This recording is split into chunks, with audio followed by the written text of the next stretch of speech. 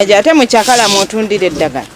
Ekikwekweto eki kihereze wiiki emwe kandi kikoreirwe mu disitulikiti ezirimu Karungu, Kyotera, Rakai hamwe na Rwengo aho bokisi z'emibazi ezirikurenga omuri 150 zirikubarwa miliyoni 37 zikwatire kandi amaduuka g'emibazi 40 gakingwa bwanyuma y'okushanga gatarikuhikiriza omutindo.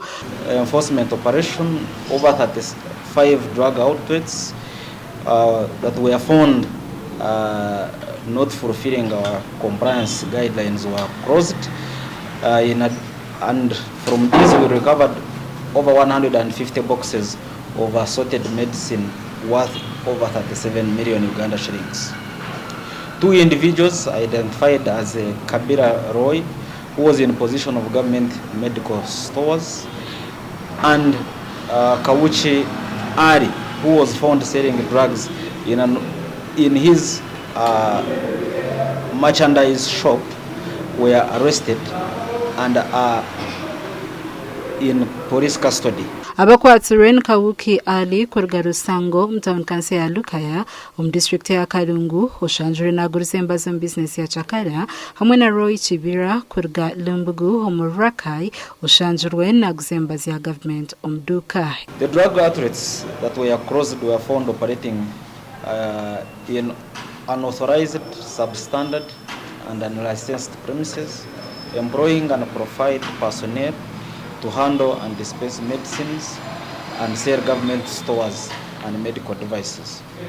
These practices lead to poor quality of drugs, irrational use of drugs, treatment failure, and antimicrobial resistance, among others. Ekikwekweto eki kyebembeirwe Dr. Alfred Akali orikujananwa abikwekweto ebi. Receipts in there and then find out which pharmacy is selling them. I'm seeing a receipt in there.